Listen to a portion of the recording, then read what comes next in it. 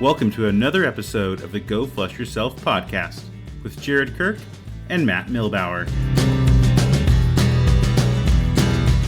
Hey listeners, I want to thank our sponsor, Bird Hunter Supply, your go-to for premium hunting gear at birdhuntersupply.com. This family-owned business run by a husband and wife team from Idaho is driven by their love for bird hunting, dog training, and the great outdoors. For them, hunting is a treasured family tradition. Think crisp mornings in the field and the thrill of the chase and those irreplaceable moments with dogs, family, and friends. They've built Bird Hunter Supply to share that passion, curating high-quality gear to help you create your own lasting hunting memories with your crew. Whether you're a beginner or a seasoned hunter, Bird Hunter Supply has you covered with top-notch equipment from dog training tools to hunting apparel, backed by exceptional customer service to make your experience unforgettable. Best of all, they're deeply committed to preserving the wild spaces we love. When you shop at birdhuntersupply.com, you can choose at checkout to direct a percentage of your order to conservation powerhouses like Pheasants Forever, Rough Grouse Society, or Delta Waterfowl. Your purchase helps these groups protect vital habitats and sustain the wildlife that makes our sport possible, ensuring hunting traditions thrive for generations. Visit birdhuntersupply.com today, explore the carefully selected gear, and support a family-run business dedicated to both hunters and the outdoors. That's birdhuntersupply.com. Gear up, hunt with purpose, and help preserve the wild.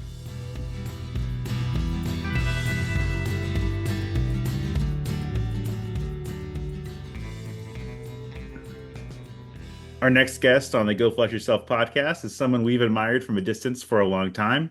And if you spent any time in the hunting dog world, you probably have too. He's one of the most recognizable voices in the gun dog community, knows much for his sense of humor, as to the fact that he generally lives and breathes this lifestyle, connecting with everyone from blue-collar hunter to the serious field trialer. Top of his own story podcast, he has been a field trial judge, co-founder of the Upland Institute, and has been featured on Meat Eater hunting birds over his Bracco Italianos with Steve Ranella. He's the host of the Hunting Dog podcast and widely appreciated as the person who kickstarted the Upland podcast genre. Ron Boehme, welcome to Go Flush Yourself. Wow, you actually wrote that down and read that off. That was great. Look at me go. Look at me go. That was good. 12 years, I've never put that much work into it. And thank you. Thank you. You kind of surmised everything. You got my whole resume there. I got it right. There's no error. I'm not like, hey, actually it was. Well, there was an error. There was an error. You said field trial. And, there's a difference between versatile hunting test and field trials. We're going to forgive you on that one, Matt. I'm just a flush and dog guy that chases pheasants. I don't know what I'm talking about. I didn't even when you guys invited me on, you and Jared, we couldn't make things work. Your schedule's off of mine and 3 hours difference. But yeah, other than 3 hours, are you both 3 hours? Like, where do you guys live? I don't even know. Yeah, we're in Washington State in like the southeast corner. So it's all like, think of like high desert and farmland, irrigated farmland. Yeah. But we're both in the Tri-Cities area on the Columbia and the Snake Rivers.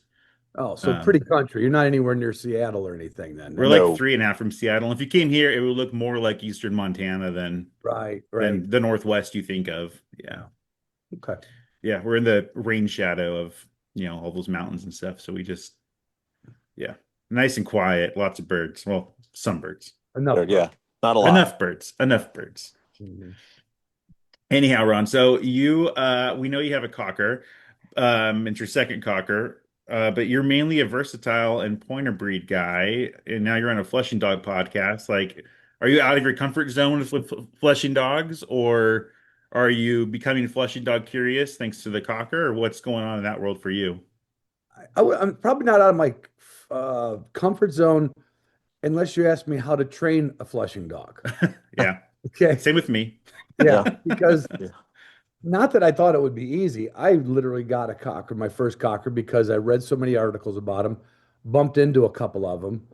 Yeah. And, the dog is as silly as I was when I was in fifth grade.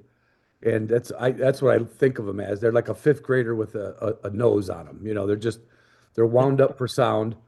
If it wasn't for the fact that I have one good friend with a Springer, and I have hunted quite a bit with that dog.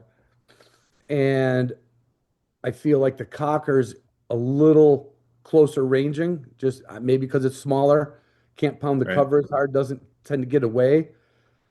I just thought it was pretty easy because the biggest thing pointing people have to worry about is the dog holding the point. Right. Like, and they should. It's an instinct. If you don't screw it up by overtraining or messing the pointing dog up, its instinct should prevail and should hold a point for you. But there's this like some in some cases, especially from judging all those years, where you see people that are like, is he ever going to point? So when I went to the flushing dog, it was like, what am I worried about? The range? That's it, Yeah. right? Yeah. Her range, both of them's range is literally 90% of the time within shotgun range. Right. So it was kind of like, well, this is kind of easy. Maybe I should have got these a long time ago.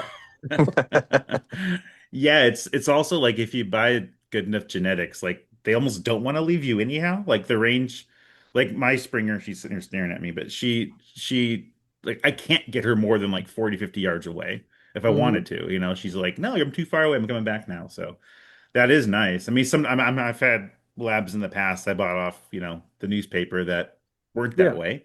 But I think if you pay for the genetics, you can usually get that in a flushing dog nowadays. Yeah, I'm totally happy. I'll probably never go all flusher Sure. because like when I do hunt with the flusher, you do have to pay attention, and that's Yes. kind of a younger guy's game. I'm getting old, my reflexes are getting slow, and you gotta hunt at port arms, right? You Yeah. Yeah. none of this really like my friend Nate Akey, he works for Onyx, and he used to take a lot of pictures, and he did a lot of film work for Pheasants Forever, and they're always walking with their pointing dogs with their gun over their shoulder, because Showing off. nothing's going to happen in front of them, right? Yeah. Right. Yeah. And I'm walking around like both of my arms are getting tired of holding the gun, with a flushing dog. So there's that. Um, Obviously sometimes you can tell when the dog's birdie and you can kind of let your guard down a little bit. Sure. Um, but in good bird country, it could be you that pushes the bird up. So Right. nothing wrong with being ready. But yeah, I have to I have to really watch her, and I'm a pretty good snapshot anyway because I kind of cut my teeth grouse. Well, cut my early teeth in Illinois, but cut my early mega hunting teeth on rough grouse, which for that you have to be at port arms no matter what, pointing dog or Right. flushing. You got Right. a forest full of trees. You got about a 20-yard window to connect with something. So that kind of gave me that snap shooting instinct. But I do like that lazy walk with the gun over my shoulder once in a while. It's kind of nice. Yeah, um it almost I worry if I had a pointing breed and I got to that point where I could, carry the gun broken over my shoulder. I feel like I'd miss more often. Like I'd think too hard about like, oh, dog's in the point, a bird's gonna get up. It'd be like if I go shoot clays, I miss more than I do when I shoot just a wild flush bird because Yeah. I'm Yeah. thinking about it. Whereas I don't have to think about that. So I always worry about that. I wonder what that would be like. I need to find someone with a pointing breed and find out. I feel like I'd miss more birds, but it would be fun to not have to walk, Well, ready to go the whole time. here's what's worse is when you do miss it off a point, it's really embarrassing. Okay. Yeah. It's It's it's teed up for I you. mean, come on, and if you get, sure, if the bird happens to be 20 yards to your right and your dog's still pointing where he first smelled it, and depending on how you train your pointing dog to either relocate himself or a lot of people, especially in the versatile world for the testing world, you want to be able to go up and relocate your dog. You want to be able to go tap him on the shoulder, tap him on the head. And the biggest reason for that, in my opinion, is because when you're at a hunt test or that type of a venue, if your dog was used to self-relocating, he could put that bird up. You'd almost say no fault of his own. He's doing what he should do. He's trying to get, like, if he likes being 10 yards away and Hmm. he knows by the scent and by the sound that bird's now 30 yards away, he should move up and relocate point. Problem is on a testing situation with planted birds, it looks like he's taking them out sometimes, Right. So you like to have that control of like look around, kick around. It's never that way in the wild bird world. Like I've never spent minutes looking for a grouse. You know, Right. if I'm lucky enough, it's still there when I get there. So yeah, there's the plus and minuses with it, but um, I'll say to this day, the thrill of walking up on the point is more thrilling than the flush of the flusher to me. Yeah. Yeah. I like both of them the same, and the result, I love the work. Like when you see that dog ramp it up and ramp it up, you're like, oh boy, here it comes. Um, but there is something about the dog on point when things work out. You're like, you can almost kind of look at your like, isn't this cool? As you're walking up there, it happens to be a young, dumb shark tail that, is all by itself and just sitting there waiting for you to walk up. It's almost a little too easy, but you know, Well, yeah, Yeah. It's yeah, aesthetically pleasing. right, yeah, it is. right. Yeah. Yeah. Yeah. And it's Easier to not like film, a lot easier to take pictures that of. we've learned that. We've learned that the Yeah. hard way. It's almost too like we don't do this for, to stock our freezers full of meat to eat all year. Like, so if what we really get out of this is like when everything just works perfectly and it has to work like that extra step with the pointing breed to be Yeah. even, and it feels even better probably because it's even more perfect, I guess you could say. Yeah. Yeah. And I'm not the person who you'll never hear me say I only shoot pointed birds. No. No. I'll shoot a bird. If I'm hunting a bird and it gets up, it's going to get shot. Within range, it's going to get shot Yeah. at. Yeah. Yeah. And do you guys get into rough grouse or not in that kind of part of Washington? I mean, I know there's rough grouse in some areas. Do you ever get in any rough grouse out in Washington? I We haven't. Jared do. has. Yeah, we do. It's kind of a from again, like I'm my only experience with rough grouse is over here. But from reading a bunch and seeing other people's like hunting grouse and on the east side and stuff like that, um, it's not the same from what I can tell.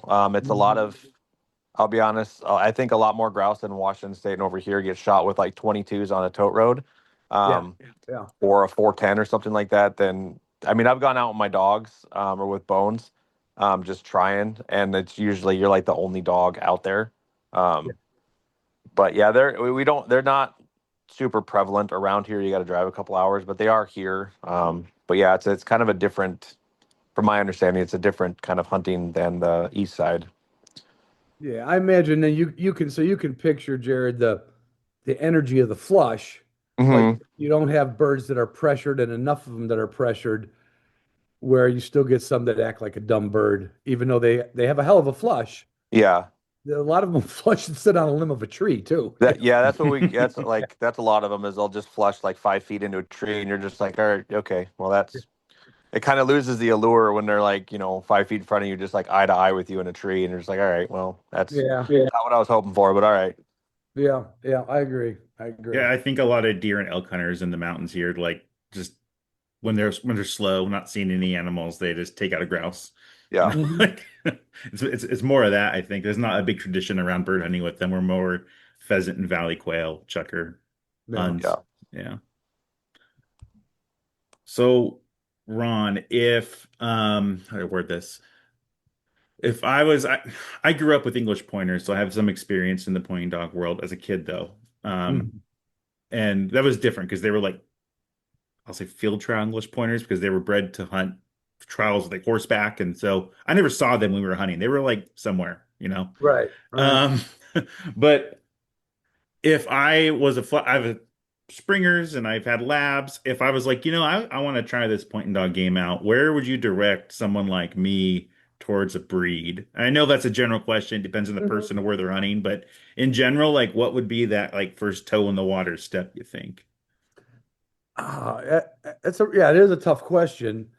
Part of me wants to say I would go to some of the more minority breeds Okay. that aren't bred so much for performance.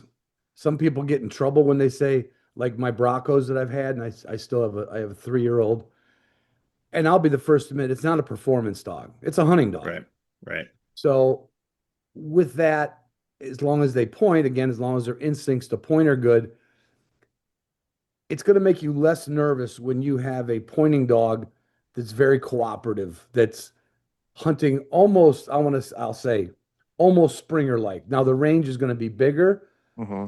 but Sure. it's not going to be like, hey, you know what? That windmill looks good out there. I think I'll go check out that windmill. Right. And so when you're new, you're if you get a high desire, high performance pointing dog, you've got a lot of work to do on range and pattern and come when called and turn signals. And you really should do a lot of work before that dog gets into birds. And Right. a lot of people don't. A lot of people jump right into birds or like, Hmm. oh, I got to get the dog on birds. I got to go to the club this weekend. I got to put two birds down for it. That's an instinct that should always be in a bird dog, loving Right. bird. And pointing people want to see the point early. And a good friend of mine, Jennifer's been on my show. She always says, I Mhm. like to see the point and then I like to shelf it. Just put it on the shelf. I know this dog's going to point later on when I take it hunting. And so there's a lot of work to do in getting that thing to look like on a big scale for that pointing the dog to look like your Springer's going to look. Like, wow, Right. like your Springer's just kind of windshield wipering. He's Yep. poking out, poking back, poking out, poking back. So that pointing dog, yeah, they'll do a little coming back, on their own, but they a nice big pattern that's always paying attention to you and always looking at you. If you get a real high performance breeding, and it could be in a short hair, Weimaraner, a Vizsla, there's a lot of field trial versions of those dogs. Um, it's going to be harder for you. I'm being you and just saying Matt, but anybody Yep. that would come from a Flushing dog world because you, you tend to like you're starting to grab your collar already. Like, oh, do I tone it? Did I do enough yard work with it? Because Hmm. I've learned from you mentioned early on about the Upland Institute. I learned a lot from Justin.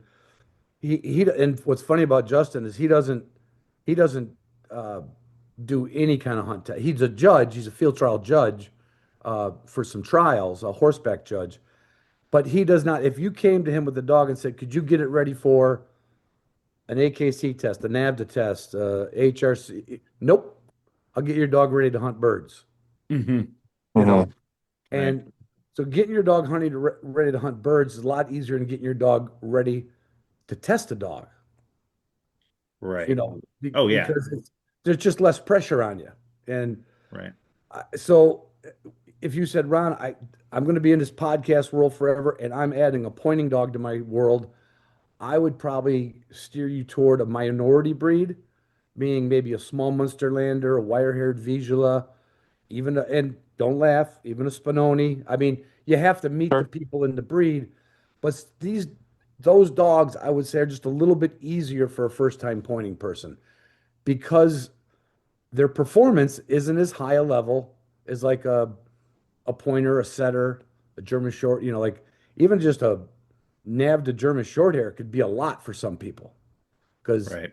they've just got a lot of go. There's a whole lot of go. And and they all have off. You don't please don't ask me if a dog has an off switch because it's right next to their belly button if you don't know where it's at. Yeah. That's all on how you raise a dog. But I Yeah. mean, I know couch potato German short hairs Yep. that would leave you in the dust the minute you, so to speak, let go of the reins. They would just Hmm. be whoosh, gone.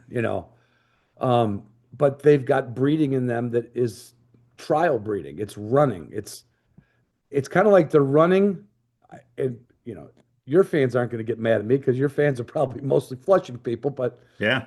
I think in a lot of pointing dogs, they're bred to run and they're hoping they find a bird. Oh Mm. Now, yeah. if Yeah. you're in good bird country, great. Yeah. You know, Or if Sure, you're in a trial or a test, if there's a bird there's there. going to be Yeah. birds. There's Right. going to be birds there, and my Right. It's dogs a can good get there point. first. And I mean, there's some tests out there that are like 20 minutes, three shells, three birds. So yeah, but first timer, I would go with a minority or basically a lower performance breed. That would be my Hmm. suggestion. Right. Yeah. A lot of I don't know when we talk to other Flushing people, if we ask them what breeds they're curious about, it's often the Griffon, like Yep. WPG. And if it feels like that's kind of where you're at, like it's a little not as much energy on average, not as Yeah. much grr and go. Yep. It's a little Yep. more of a it feels more like that, so I think that's kind of in that same kind of realm you're talking about. That it makes a lot of Yep. sense actually. Yeah, that would definitely be on my list of again, I've told people this 100 times on my podcast and while I've been interviewed. If you can find a good breeder who is active with their dog for, let's say, at least a decade, he's got to Yeah. have some. got to have some credentials. Right. Uh, and if this breeder welcomes people at their kennel and is always interested in being the Johnny Appleseed of their breed, if you're looking for a Griffin and this happens to be a Spinoni, but this guy Right. takes a shine, go with the guy with the spin. You know what I mean? Right. Because he's going to help you as a first-time pointing dog owner Hmm. because he knows his breeds. And a lot of times somebody says, "Well, I want to get a German Shorthair." Super popular dog. Tons of my friends have them. Hmm. Sure. They're going to go to the biggest, best breeders around the country. And not that those breeders wouldn't help them, but they're 800 miles away from them. And then they're kind of bringing home a Ferrari. Even as a puppy, some of these dogs are Ferraris. And good trainers can work with that. But Sure. I've never said I was a good trainer. Now you can ask me some training questions on this podcast, and I'll tell you what I know. But I've never dared to hang my shingle out as a dog trainer. I can train my own dog, but boy, that'd be like training somebody else's kids. I'd want to shoot them. It's kind of true. Yeah. Yeah. Yeah. I think the only time we really talk training on this podcast, what, Jared, is with Jordan Horak. Because Yeah. we don't get deep into training here because I don't think we're really equipped. You're Or if you qualified saw to our ask. dogs. You don't even know enough to ask a good question. Yeah, Tom. like Correct. you just went hunting with me, you'd be like, yeah, that good thing that dog had some decent DNA, otherwise you'd be screwed. Good thing maps are digital for these two guys. Yeah. Yeah. Garmin collars, I know where they're at. Yeah. I think our dogs are hunting dogs like in spite of us. Right. Yeah. Like we have nothing to Yeah. do with it. Like I just drive him to where we're going, and he has enough genetics to figure his stuff out. Yeah. And yeah, Yeah, Yeah. we just like bird hunting, that's all.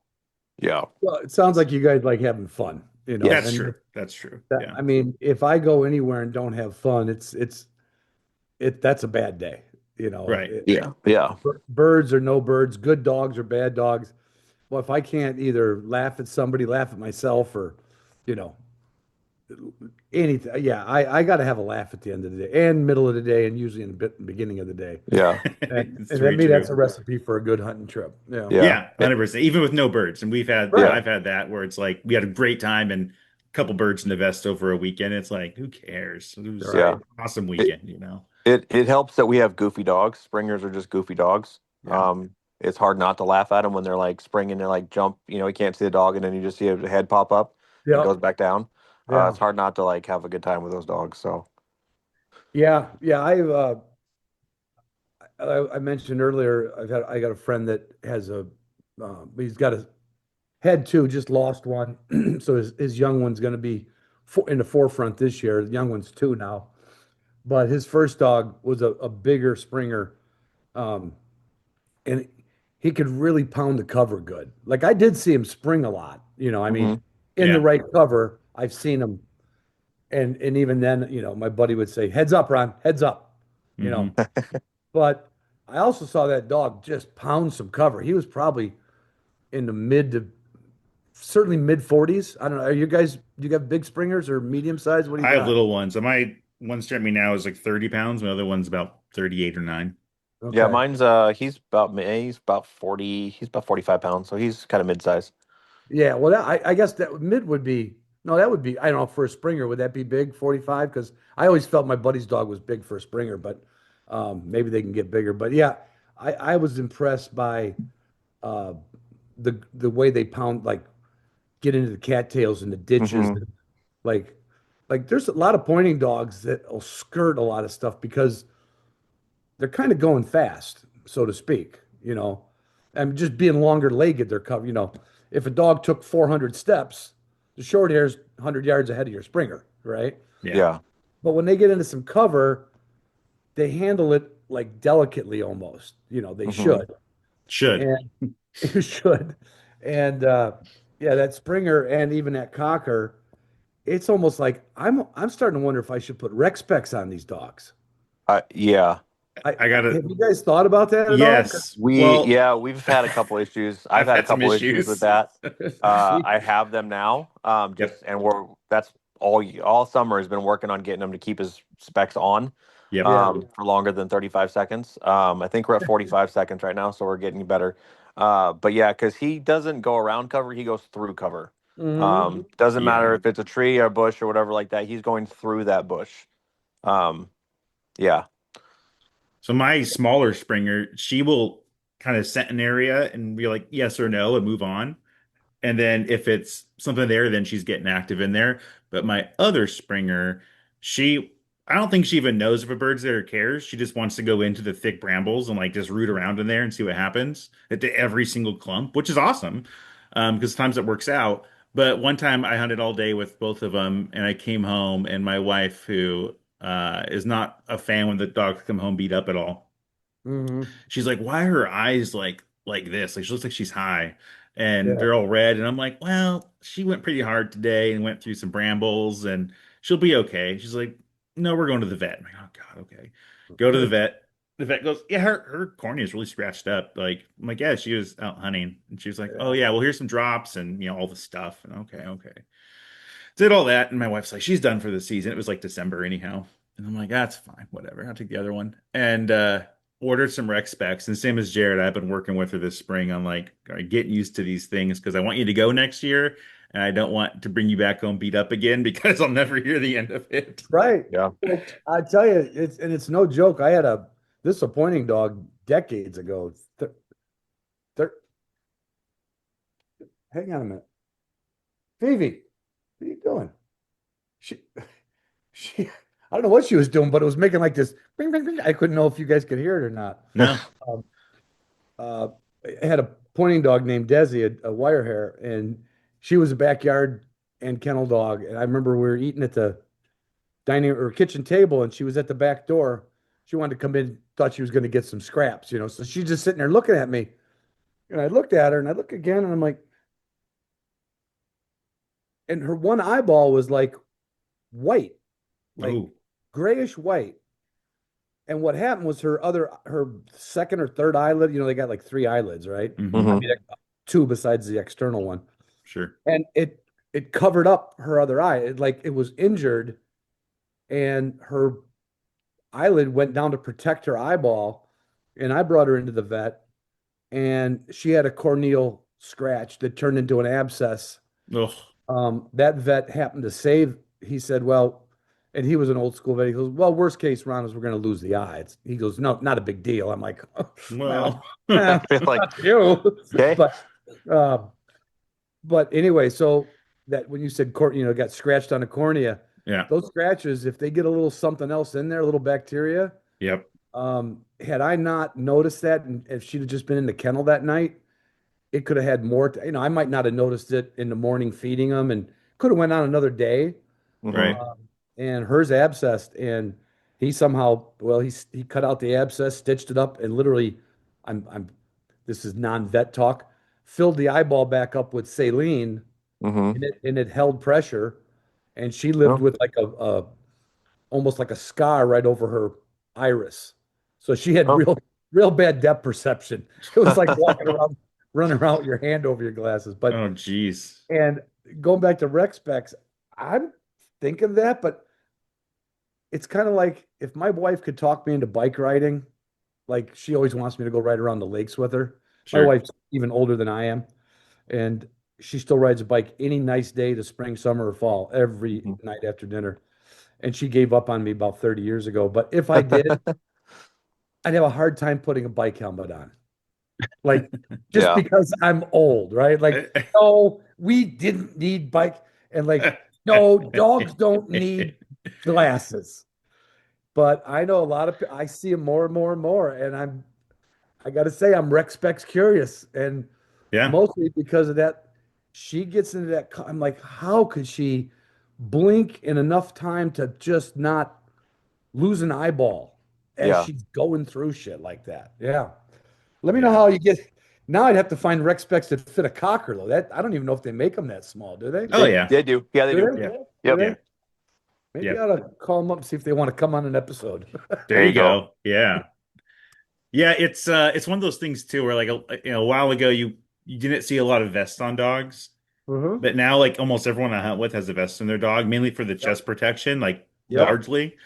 Um I think at first it was kind of like, I'm not putting a vest on my dog. Like, what we do? But I think rec specs might be kind of one of those things too, where over time, it's just like, yeah, Yeah, your bird dog has rec specs. Like you get them Yeah. when they're a puppy and you do whatever, you do your thing. Yeah, yeah. my dog has he has his own hunting outfit now at this point. Like he's got the vest, he's got the shirt, he's got the rec specs. It's the whole like It's he's got all the up on a collar. hanger on the rear seat of your truck on the hook. Yeah, pretty Got his much. whole, Like it's like just his like, communion outfit. Yeah. yeah, you can't just let the dog out of the kennel anymore. You got to like, hold on, we got to put your stuff Gotta on blow your before we crap get on. ready. Yeah. Yeah. Yeah, Oh, wait, we need boots today. Let's put your yeah, boots on. Yeah. yeah, Your little shirt you have for him though, Jared, like that, I've never seen him do that before. You saw Ron about it, but it was a good idea for especially like a Springer or a Cocker. yeah. Yeah, but tell us how that happened with the shirt for Bones. Yeah, so it was super fun. Opening day of pheasant season, Bones going, like I said, going through cover, sliced his shoulder open, the inside of his shoulder, and so I was out for 2 weeks, right on the opener. And so I was like, well, I got to do something different about this because, like I said, he goes through cover pretty hard. Um, and so I ended up finding this. It's called, I think, Nonstop Dog Wear. And there's some. It's like I think they're a company overseas or something like that, like in England. But anyways, they have like all sorts of like outfits for dogs, for lack of a better term, like rain jackets and all sorts of other stuff. But anyways, I picked up this little shirt for him to kind of offer some sort of protection for him. And it worked pretty well. He's completely destroyed it, so it's a one season shirt. Um, Yeah. because I think it's got more of my own sewing on it at this point than the actual shirt. But the one nice thing about it is it stops burrs. Um, Yeah. That's got to be I'm a not bonus. Yeah. combing burrs and stuff out of it. And it seems to offer a little bit more protection on his shoulders and inside his armpits and stuff where the vest doesn't cover. Yeah. Um, so yeah, the burrs is the most. That was I got a picture of him I put on the Instagram, whatever like that, of him just absolutely covered, and I just pulled the shirt off and he was clean. And it was probably, I mean, it took me like probably 2 hours just to clean it off of the shirt itself. So Wow. yeah, And totally worth it. is it mostly like cockleburs or the little stick tights or what do you Yeah, guys? it's kind of cockleburrs and like the little Yeah. stick. They almost look like ticks. Yeah, they're little. And Yeah, those ones. yeah, Oh my God, those ones. yeah, they Yeah. get everywhere, like inside dogs' pads, and like Yeah. it's super fun. And Bones has he just loves going through that stuff for some reason because he's weird. Um, He's a Springer. Yeah. yeah, and so like every time we find like the biggest patch, he's like, I'm right through the middle of that. Yeah, I guess we shouldn't be worried about safety for our dogs, but it does just kind of make you feel like your wife made you dress them before they left the house. It's Yeah, like you I wearing mean, a helmet. Like your wife yeah, made you wear that, huh? your wife made you Yeah. wear the bike helmet. yeah, Like, yeah, she did. Yeah, she That's what did. it comes down to, I Yeah, think. exactly. But I mean, yeah. look at baseball and football and hockey. I mean, you Yeah. can barely get hurt, you know, It's like true. hockey players used to like play with what? Earmuffs on or something to keep Yeah, like it. nothing. Like, I mean, yeah. nothing, right? The puck could Yeah, hit him in that. Now they got masks and the batters have, you know, yeah. So I guess maybe we Yeah. shouldn't be so worried about it. But Like when you watch youth baseball, the kids have like the elbow guards and all the everything. Like from yeah, there, when the pitcher sees them, it looks like they're looking at Iron Man or something. yeah, yeah, And which yeah, is good, I guess, because I remember getting hit by a ball and that wasn't fun. So yeah. Builds character. yeah. yeah, these kids love character now. Yeah, Yeah, maybe our dogs won't either when we put them in a bubble and run them around the field. right. I don't know. Yeah. I look at it because I only have one dog, so it's like I got to do whatever I can to keep him in the field as long as possible. So if That's he true. looks weird doing it, that's I'm like, all right, I'll take it. Yeah, yeah, for sure. It's not a So, bad idea that vet. Oh, going back to your vets. Now, my cocker will get her tail will get burred up terrible. Uh-huh. Her ears will mm, get burred up terrible. Yep. She's got a very silky coat though. Like her body coat doesn't have that fuzzy, curly stuff, right? And right. my buddy Springer, like I've seen him on, of course, that dog will pluck burrs out himself while he's in the box, but Hmm. I there's some serious grooming with that Springer I remember watching. And yeah, on a cool day, of course, but yeah, that's not a bad idea. It might make the going to the glasses easier too, you know. Yeah. Yeah. And I one of my Springers has all the fur, like everything, right? She's like got that curly fur all over. My other one's really slick with just a little bit of feathering.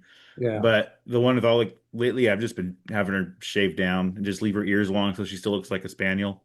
Yeah. But just she looks like a pointer with a because she's white with the brown, and she looks like a pointer with spaniel ears at this point. But way easier than brushing all that crap out of Yeah. her every That is weekend. And Yeah. true. That is true. yeah. All right, Ron. So you have Vivi who you just were talking to. What if you went and got another Flushing dog, would you go after the Cocker, or are you looking at Labs or Springers? Like if you were forced in to get another one, I don't know if you're thinking about it or not, where would you go? Where would you be looking at? You know, I probably would think I have seriously thought since I've been hunting with my buddy, seriously thought about getting a Springer. I don't know what the real differences will be. Um, but I like I'll always, like I said, I always have pointing dog or a couple pointing dogs, Sure. but I do really like, I go to South Dakota every year, almost without fail. Um, and when I watch my buddies with their labs and their springers, it really is that's a pheasant dog. I don't, all my Hmm. pointing It's dog true. buddies, they get birds with their pointing dogs too, and I do too. But I look at it this way. This is just something to answer your question. I'm Springer curious. That's to Got answer it. your question. Got it. And but my theory behind it is, and I've run this by a few people, pointing dog people. So if you're all by yourself and you've got a flushing dog, and you're out in a field that's got let's say you're out in a half a section of land or a quarter section of land, and let's say there's 20 birds out there. Those birds know you're there, but they don't feel any imminent danger at 100 yards from you, right? They're just Right. they're there, they're staying ahead of you, they're maybe making an end around, they're kind of just trying to fool you. Yeah, certainly some of them will pop out. I don't know how your pheasants are in your area out there when you hunt pheasants, but I've always said my theory is that the pointing dog at 100 and 200 yards just doing this beautiful job of looking for birds. I think he's putting them on the I think he's putting them on the move quicker, and I think he's alarm, like it's like saying predator in the field, predator in the field. And a guy walking with a flushing dog, I kind of I think the pheasants are looking at each other going, farmer, it's the farmer. It's just the Mm, farmer. You know what I mean? Like there's no real imminent threat. And I'd like to experiment more with that. And for that reason, I'm kind of Springer curious, and only because the Springer's better in the heavy cover than the Cocker is. Um, yeah. Yeah, and I I Yeah. agree. and I use her in South Dakota or in North Dakota. She does okay if I can get her to some plum thickets or something for Hmm. sharp tails. Because the cover's not hard. You can get to the plum thicket. Now she can't get through the plum thicket, but she can get to it. Right. And but I've been seriously thinking Springer along the lines for that uh, kind of. I don't hunt by myself a lot, but when you do even spread out with your friends, I just think you're kind of almost on the QT a little bit. Like the birds are like, I don't know. I don't think the birds know you have a gun, but I think they know you have a short hair when, when he's out there, when he's already covered a quarter section in about 18 minutes. I Yeah. think Yeah. I think you put all the birds on alert. So I don't know. That could be only anecdotal. I wouldn't write it down and put it on Insta. That's like, yeah, it's just one of those things too with pheasants. Like if you're chasing pheasants, I think that makes sense. Like I'd go Springer, Cocker, and Lab before anything else. Really, like if I'm only chasing that bird, but if you're chasing like covey birds, I can see the difference. But Yeah. even then, like I like the pheasant game. And I think Ron, you've said on your podcast that pheasant's your favorite game bird. Hmm. Is for me too. I'm not sure if that's true for Jared. Might be quail, but Well, quail. Okay. Um, but I like the game of the pheasant. Like the pheasant's smart. He's trying to get yeah. away. He's trying to, and I love that with a flushing dog, especially for me as Springer. But it's just like you get to watch the game play out. You're like a tactician on the battlefield. Like, all right, they're going to be going that way. There's an exit there, there. They're probably going Hmm. to go this way, and then they beat you most of the time. Yeah. But that's why I see the enjoyment upland hunting, where But then also like with like Huns, for example, with or flushers, it's not easy and it's a lot of walking and uh Chucker's similar, if not worse, because you're vertical. But it's almost too hard. So yeah, maybe everyone just needs a pointer and a flusher. Maybe that's what the answer is. That's probably the answer. That's probably the Probably. Yeah. answer. Yeah. Yeah. Yeah. Yeah. So do you ever hunt yours together? Do you ever have Vivi out there with the point and breeds, I versatile breeds? I I'll only do it with like with my wire-haired Visual. I'll run them together. She doesn't seem to really run by him that much. She just stays in her zone. And at that point, if he points and she comes in and flushes, he's not enough. What I mean by not enough of a dog, there's a lot of dogs that don't like, if they point the bird, they want the bird.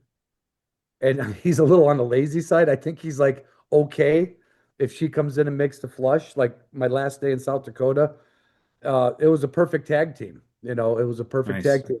But I've kept her in the box on days when people are like, no, no, no, bring her out. I said, I really don't.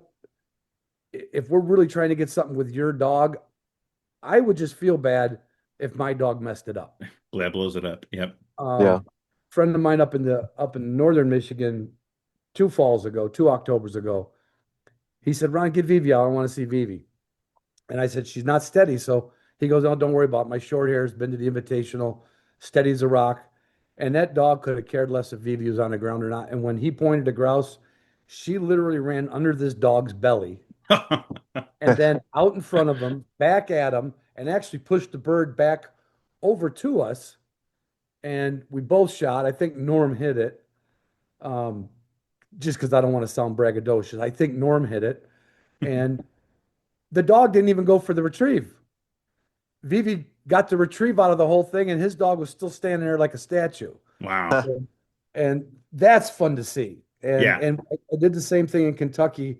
It was at a preserve, and I've told everybody I've hunted a lot of preserves in my life with a lot of clients and a lot of family. Take my daughters to them when they were young, so they had opportunity. Hmm. And if you get the right combination of pointing dog and flushing dog, it's pretty awesome. And yes. So to answer your question, not a lot, Yeah. and but yeah, I do. I do. Yeah. So when you're, sorry, go ahead, Matt. No, go Jared. So when you're hunting with like your dog, because I've heard talk of like people that have both, that have pointers and flushers, that they have the flusher at heel with them the entire time, and just the flusher's job is literally just to flush the bird that the other dog pointed. Is that what you're doing, or are you just having them just kind of run at the same time and just No, we'd have to get Jordan Horick back on the phone to answer that question, Jared. fair enough? Because I asked him, how in the world do you keep a dog at heel? I, Yeah, I don't know. Yeah, I can't. I'm just one because I was like, that's not something that my dog's gonna do, so it's I, just not even going to. I mean, I guess I could tie her to my hip with a Jaeger lead, you know, and Yeah, she might, but for the life of me, that's why I say I'm not a dog trainer. I've always said too, after I interviewed Jordan probably 10 years ago, when he came out with Cato boards. Yeah. And hmm I actually had Taffy, my first one, went over to him for some training in 2020. And it's like either these dogs are the smartest dogs in the world or he's the best trainer in the whole world. And I know not nothing against Jordan, he's a good friend of mine. I know yeah, he's not the best trainer in the world. He's a good trainer. yeah, There must be something about the Spaniels that don't mind being at heel because that's how he hunts when he goes out west. yeah, You Yeah. can't run a flusher for 3 hours like you do a pointer, you know. I mean, the amount of energy a good flusher puts into the hunt, yeah, it's kind of a shorter hunt. It should be. And he literally just lets one dog go and the other three walk alongside of him. And I yeah, was Yeah. like, God, is that beautiful? yeah. Yeah, it is. Like, That's hey, I'm not there. Eric, come on back in. Phoebe, go. You know, Yeah. Yeah, Yeah, that I don't think I'm ever going to get to that point, but it is a beautiful thing. I've seen his videos where you see him doing that, and it's like, dang, yeah. I can't yeah, get mine to walk on a leash nicely. What are we talking about I yeah, here? know. No. I know a lot about dogs. Like I said, I am no dog trainer, and my own personal dogs are spoiled. not to a like there's certain things I have kennel when I say kennel, you better jump in a truck and load yourself into the door. Yep. Hmm. The minute you don't, I'll load you into the door, even if the door is closed. And that usually takes twice for a dog to go, no, no, no, I got it. I I can do remember. this. Yeah, It's, like I'm a stickler with a couple of things, Yeah. but sure. everything else I'm just like, ah. And that's really not it's really not good. It's not safe. It really isn't. I think you should have control of your dogs at all times. And can I call her in? Yeah, I can call her in with a whistle, Right. but I sure can't get no hup. I don't know. You know, call it hup. You want to call it whoa, stop, please, whatever it Yeah. is. I, I don't know how to do that. I should go to a class and learn that because it'd be cool. It'd be Yeah. cool. When my younger Springer was a pup, uh, I had her on a cattle board and I was teaching her place and all the things and trying to build that into her. And I had it one time. I had a little dummy and I threw it out, and she was sitting on her cable board, and I released her, and halfway through I yelled "Hop!" and she sat her butt down. I had it on video and everything.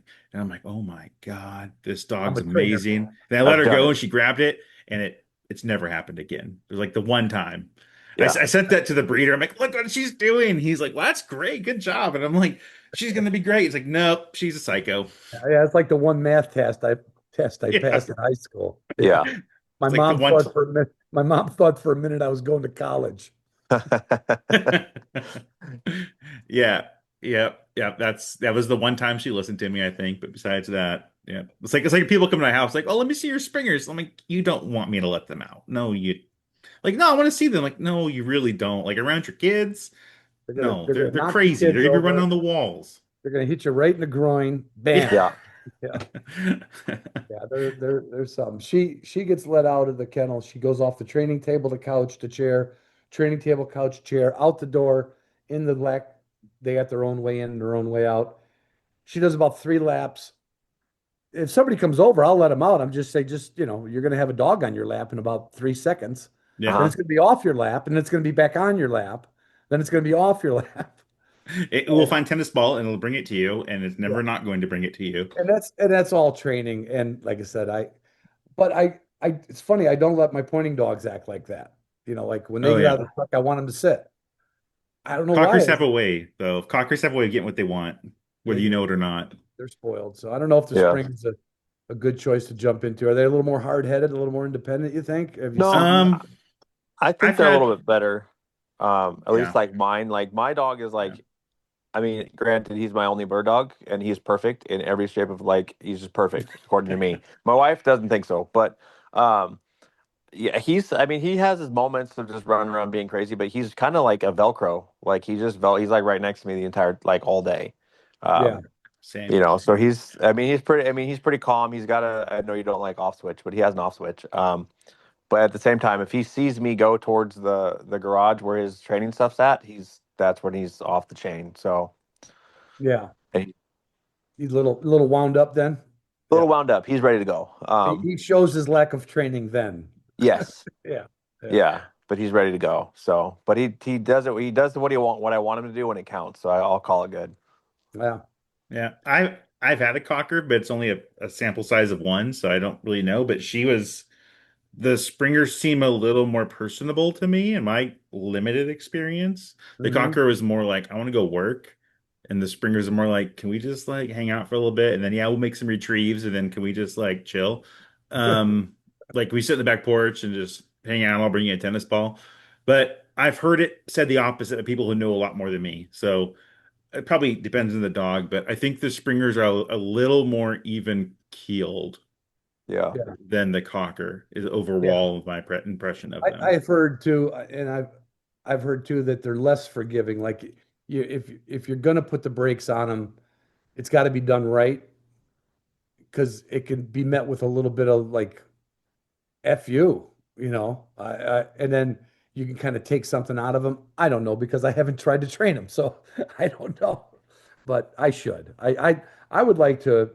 One of my goals would be in the next year or so. Now that I got a brand spickety new knee to walk on, Hmm. um, I'd like to get to a couple of Springer Cocker trials, Flushing trials, see what it's like, and see what it would take to get a dog ready for that. Maybe my next one.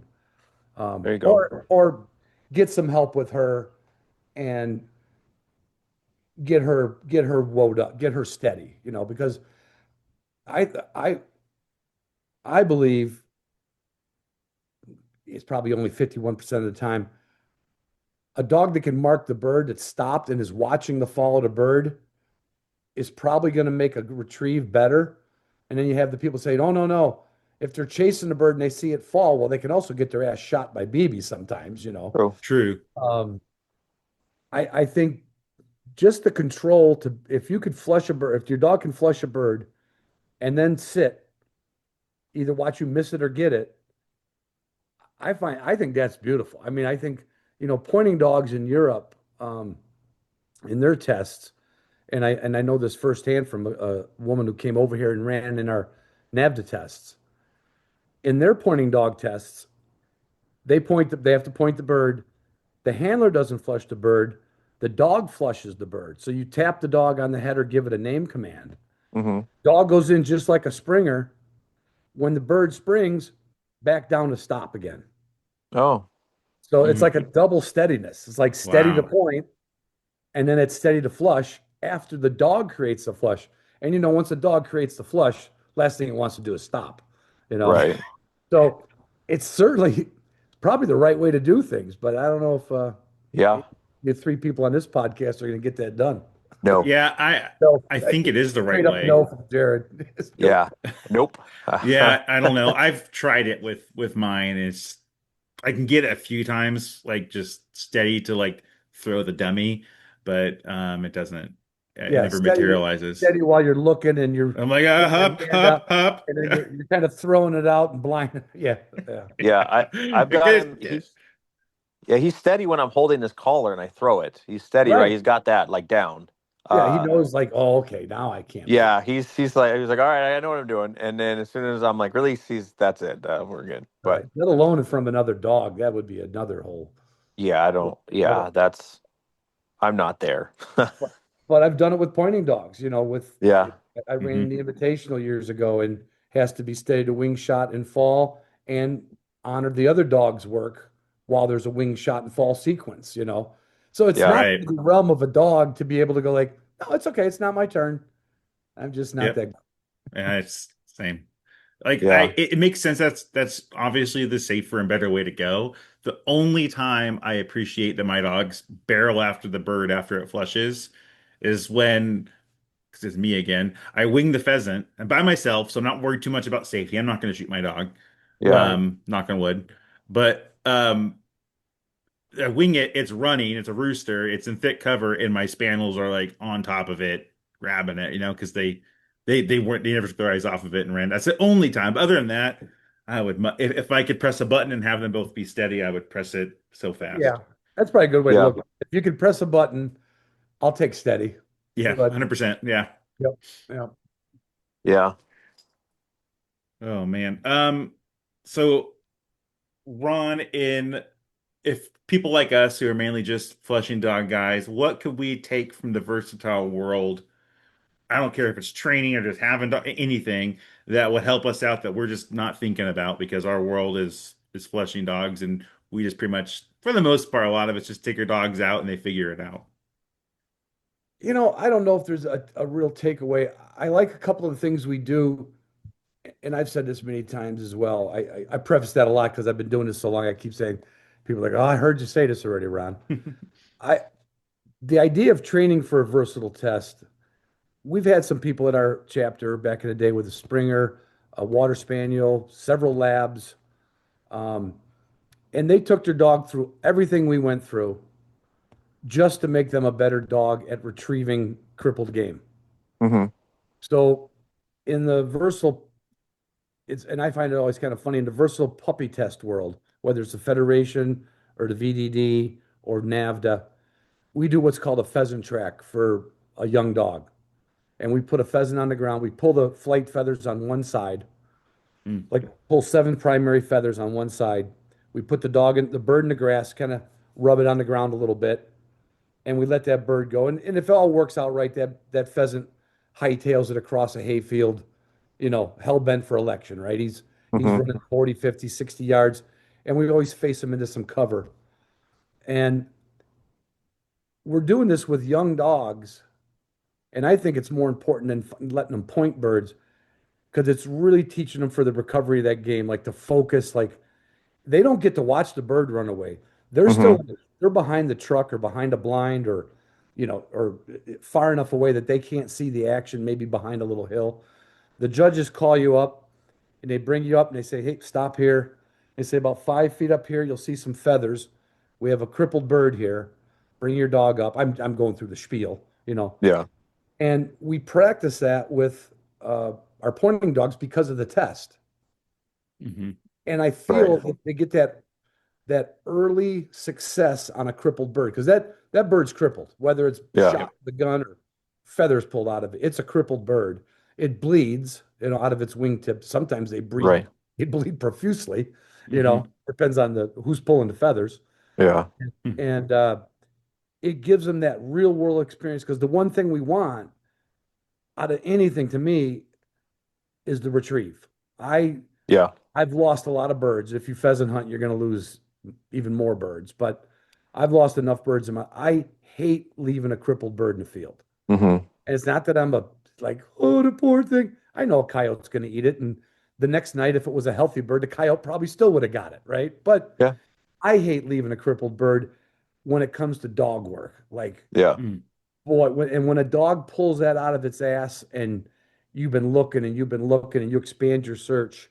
So something from the versatile world that I would say to lab people, Springer people, recreate those pheasant tracks for your young dog Hmm. because it's not a guaranteed success by any means. I mean, Sure. you're buying pen raised pheasants, so you're we get pheasants that literally walk away and look at you, and we're like, oh God. You Right. know, Yeah. 5 minutes later, we're finally calling the poor guy up with his dog because we're like throwing rocks at the bird. But in an ideal situation with a good, healthy pheasant, hen or cock, you put that down in the grass and it'll weave and you'll see the grass move just like you would in the wild, right? You'll Hmm. see that bird just disappear, and then you give that dog time to look, certainly a good time to introduce hunt dead or dead bird. You enter that command into its thing. Right. And the beauty of it is if he gets lost, you got a picture in your mind, let's say 50 yards of a field. You know the first 50 yards of that bird before you lost sight of it. Hmm. And you can keep calling the dog over, you can keep tapping the ground. And so that's something I would suggest to the flushing world to maybe do that the pointing world does. And because I think tracking is definitely an instinct. I mean, it's Hmm. definitely it's an inherited instinct. It's not that strong in all the breeds. Like Yeah. it's just not like Yeah. you've probably I know you've from things you've said, I know you know my dog's name, so you listen to the show enough. I've always said you get a small Munsterlander on a puppy test, and if you're worried about the field conditions for tracking, and the Munsterlander comes up and gets a 4 no matter what, you're like, yeah, the other dogs weren't that good, you know. Yeah. And and sometimes it's because they just didn't practice. That they can do it, but you gotta pull that out of them a little bit. Now, certainly wild bird hunting and success with finding cripples, it'll Yeah. build, but it's something I think you could do. That's a puppy game I would do with any age dog. Hmm. You Yeah. know, I mean, they always say, "Oh, don't let a." I'm not talking a 10-week-old dog. 6 Right. month dog that's got teeth, 6 months old. Yeah. Yeah. If if he gets into a pheasant, they're like, "Oh, you gotta be careful. Pheasant's gonna spur him." It could, but I don't want a dog that wussy. Like, Yeah. most dogs get spurred by a pheasant. They're like, "Guess what? Next time I'm gonna kill you." You Yeah. know, Yeah. They Yeah. don't notice when they get they spurred don't if they usually run do. back to the truck because the pheasant clawed them. No. Yeah. They're more angry. Yep. They're more angry. Yeah. Yeah. So yeah, Yeah. tracking 100%. is something. Tracking, and I would probably say, I don't know if you guys get into water retrieves ever, Oh yeah. I out, do. and that's another thing. Work early with the dogs, Yeah.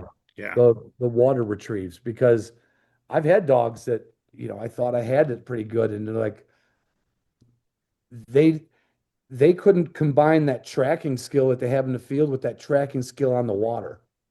Yeah. And if you Yeah. put it, if you do that same tracking with a duck in some lily pads, you'll watch that dog learn to use its nose like crazy.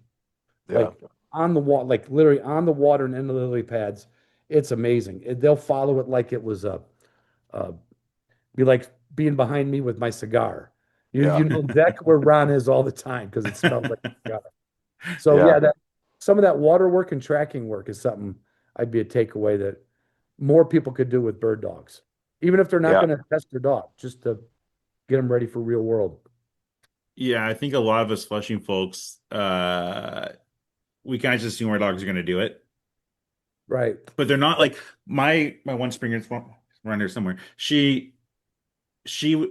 For her priority is hunting, then Right. retrieving, and like tracking's pretty low. She's like, okay, I got the bird up, you shot it, great, like I'll Right. hunt some more, so after like, no, get, dead bird, and she's getting better at it. My other one's pretty good at it, but yeah, that's something. And to the point in water retrieves too, yeah, like we, especially with labs, they just assume the lab's going to swim because it's a lab, but Yeah. that's not always the case. Like they're not, Yeah. you have to Yeah. socialize them to water and all that stuff. And like you Yeah. said, to take that tracking and put it onto the water, is pretty huge. My favorite thing is like my brother has two labs, and we hunt like two springers, two labs in like wetlands, mixed uplands. Like nothing's more fun because wherever the bird falls, one of Somebody's them's got gonna someone's one gonna of get it. yeah. Yeah, we got him pinned down. Yeah, Yeah. I think I'll be honest, I Bones kind of spoiled me a little bit. he's a good Because dog. yeah, he's his first year, I think he was 9 months old and I tipped a late season pheasant. He tracked it for 80 yards. And I found him because he barked at me because he was standing on top of it.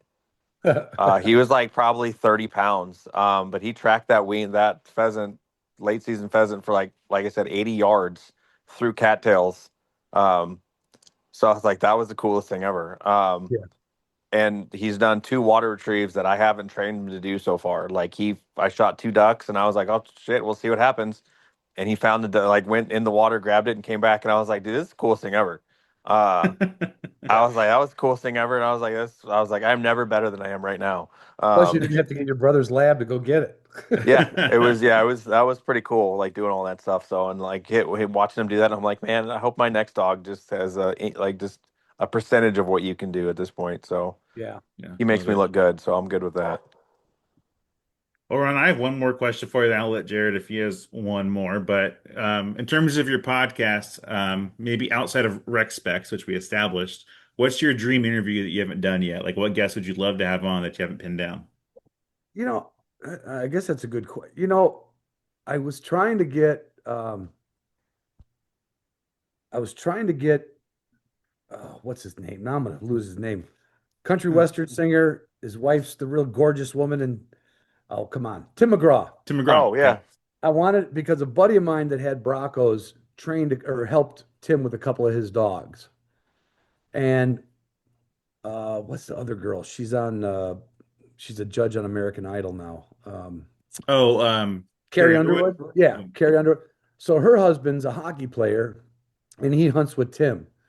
And so Oh, that would be like if I could that'd get be those cool. guys to say, "Yeah, come on down here, let's hunt and do a pot." Like that would be, because I I'm still a guy that like if somebody's like a movie star or a singer, there's something about somebody who's famous, mm-hmm. like, and I've interviewed some, all the Smith, I've Hickok and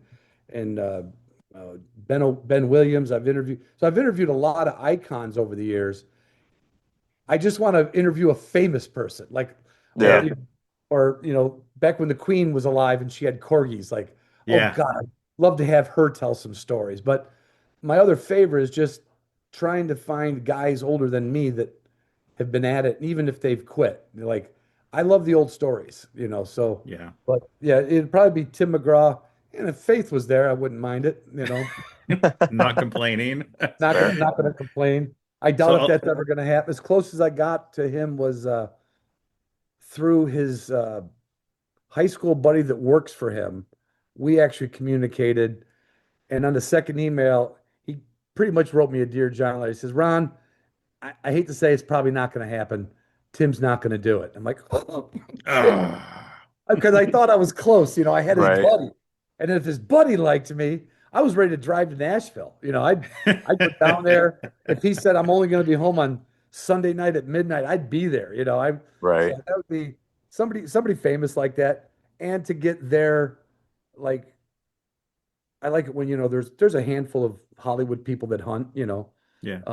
that I would like to get on just because it'd be kind of cool to get Yeah. something that the whole world knows. But um, They don't I talk think, about that they hunt, very yeah, much. That's not out there. Yeah. I think in my second year, I got Ted Nugent to come on my podcast, That's and cool. it That's was it was awesome. it was cool, but it was Ted Nugent. Yeah.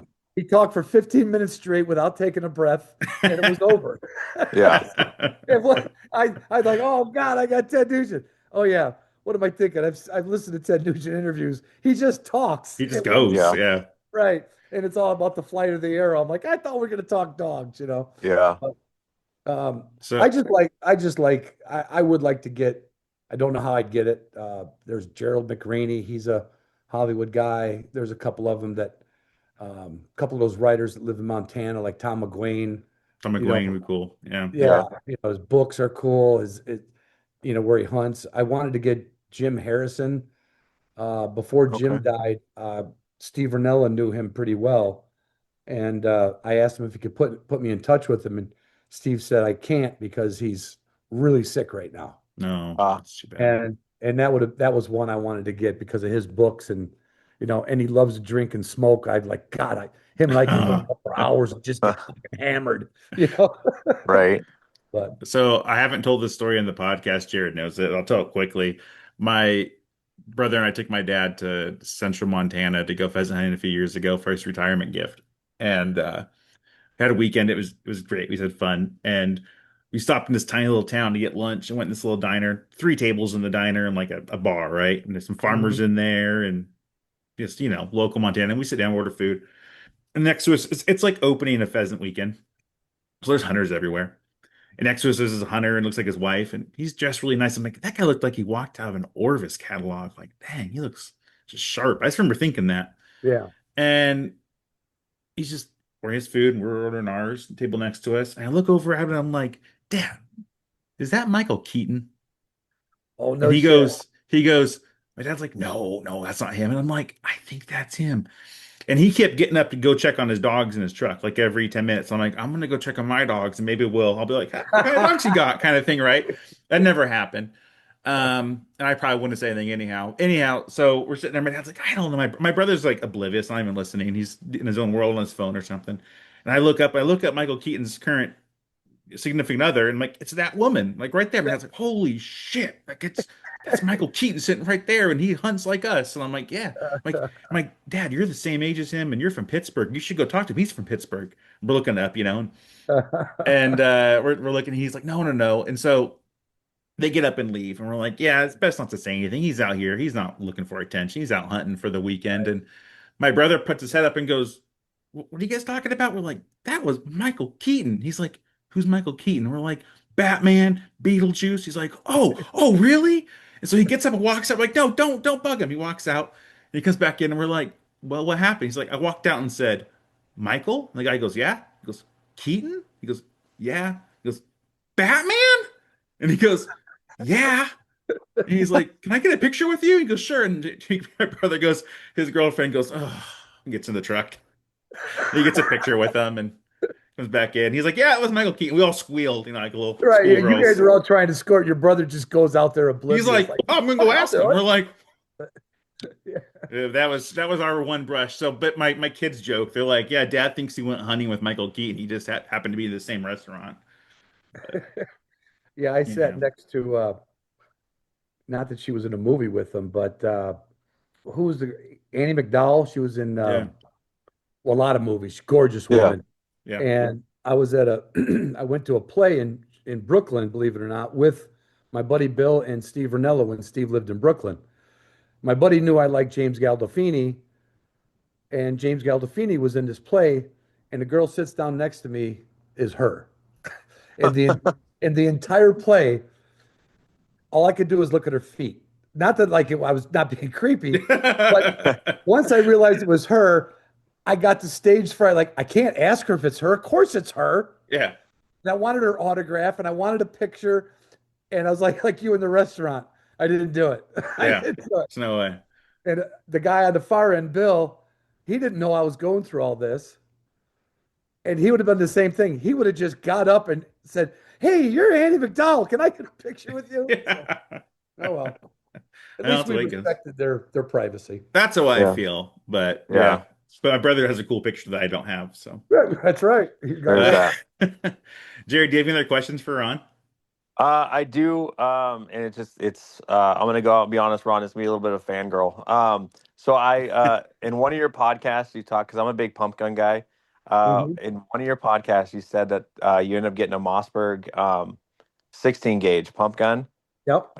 Did you ever take that thing out?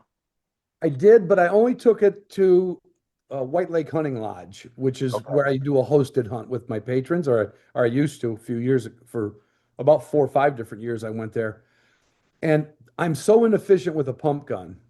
Like, I never shot one as a kid. I had an autoloader when I started, then I Okay. went right to break open guns. Sure. Um, I swear, you give me a pump gun, and I won't get the second. I mean, I would have to concentrate. Like, Right. if I could spend a month at a Clay's field or something and really get the rhythm, I Uh-huh. think it's the coolest gun in the world. So yeah, I got to shoot some birds, but only when I was blocking. That way, Gotcha. Yeah. I had time to think, time to think. Right. And so I did get some birds shot with that gun, and I've got an old Winchester Model 12 that I got was in really mint shape. I think it's a year older than I am, and that's going to my grandson. And I did the same thing with that. I took that gun out west specifically to block. I think I flanked a little bit with it. Uh-huh. Uh, but when I'm hunting, yeah, I just won't risk it on the pump gun. I'll forget. And I had a buddy that hunted with me many years in the beginning named Bruce, and he grew up with his dad's pump gun. And it was like, you ever watch Lucas McCain, the rifleman, Yeah. Oh yeah. that, Yeah. that's how Bruce shot a pump gun. It was Yeah. like, how the hell do you do that? Without getting his head off the stock. Yeah, So, right. so yes, I did shoot some birds with that just to say I did, but I don't walk in the fields when I'm seriously bird hunting with it because I'm inept. I'm inept with it. Yeah. A lot of muscle memory. I'd be Mhm. the But same yeah, way. that's Yeah. yeah. I'm all pump guns. That's what I will say that the 500 retrograde, that's a good looking gun. Uh, Yeah. it's a Yep. good looking gun. Yeah, I got that, and I've got literally a small collection of pump guns in a rack in Virginia, and I made Hmm. this inset bookshelf. So if I was filming this in Virginia, you look at the back, like this backdrop I made for the show, right? Like Hmm. pictures and shit on the wall to make it look cool. That room is truly the coolest room in the world because it's got like 10 pump guns on a rack, like a sheriff's That's office, cool. Hmm. That's separated by awesome. books and trinkets. And I've never shot one of them. They're all a bunch of Model 12s, old JC Higgins, old Okay. anything that's old and beat up in a pump. I think it's Uh-huh. the coolest gun in the world, the best sounding gun in the world. Yeah. And I'm afraid as I am teaching my cocker to whoa. Fair enough. But I give you credit for shooting a pump gun. It's a Yeah. lost art. It's a lost Fair Oh, art. he's enough. a pump gun guy through and through. Yeah. Yeah.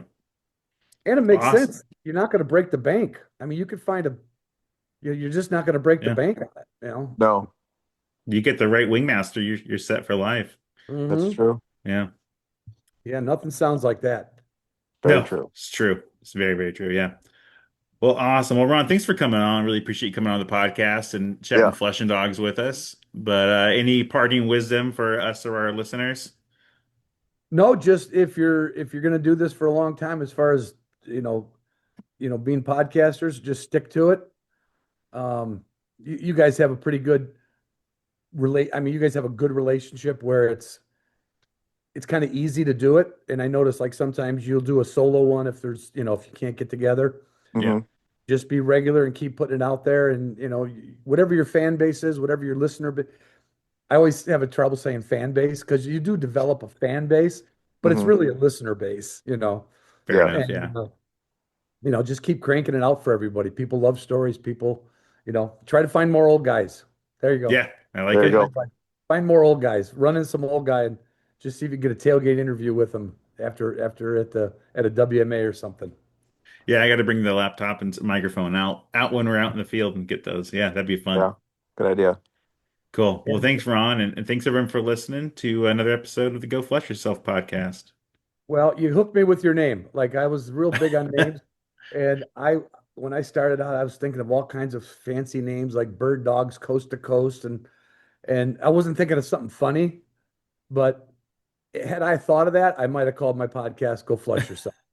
Well, Jared and I have been friends for like 20 years, and we've been It hunting probably buddies the whole goes with time. something else that starts with an F, like Yeah. Yeah, "Go Flush Yourself." yeah, exactly. Yeah, but he was telling me we should start a podcast. I was like, I don't want to start a podcast, and we start kicking around names, and then one of us said, "Go Flush Yourself." I'm like, all right, we're in, we're doing it, just based on that. Not bad. Good name. Good All name. right, Thank thanks, you. Good Ron. name. Decent contact. And I'll tell you I listened to one episode recently. You did the history of the cocker, Oh and I was yeah, like, ugh, you read too much. Like you read, like you were reading something. yeah. Too.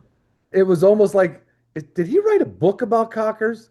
Because I was like, stop reading. Just say what you think. Just say what you think. For those I write a script and read them, and you're right. I think as I'm reading, I'm like, this sucks. I haven't seen that. Well, I'm the reading first it. thing you said was they've been around 700 years. I said, no, they haven't. Well, Spaniel, Well, maybe not I mean, 700. bird dogs have been around Yeah, 700 years. yeah, They're like, wait a minute. They only split off from the Springer when they figured something out in the yeah. Cockers aren't that old. Yeah, when they split. No, I mean, Yeah, it was just a big Springer, little Springer is all. Well, a right, big Spaniel, little Spaniel. But right. anyway, I like you guys. You guys have fun doing it, and that's the important thing. I like it. Awesome, cool. Thanks, Ron, All for right. coming on. All right, we'll see you guys. All right, take All right. care. Thanks for listening to the Go Flush Yourself podcast. You can continue the conversation on our Discord server. The link is in the podcast description. You can also follow along with Matt and Jared on Instagram and Facebook. If you want to support the podcast, you can subscribe to the Go Flush Yourself on Patreon for the easy monthly cost of only $2. You can also check out our shop and pick up a Go Flush Yourself sticker, shirt, or other merchandise.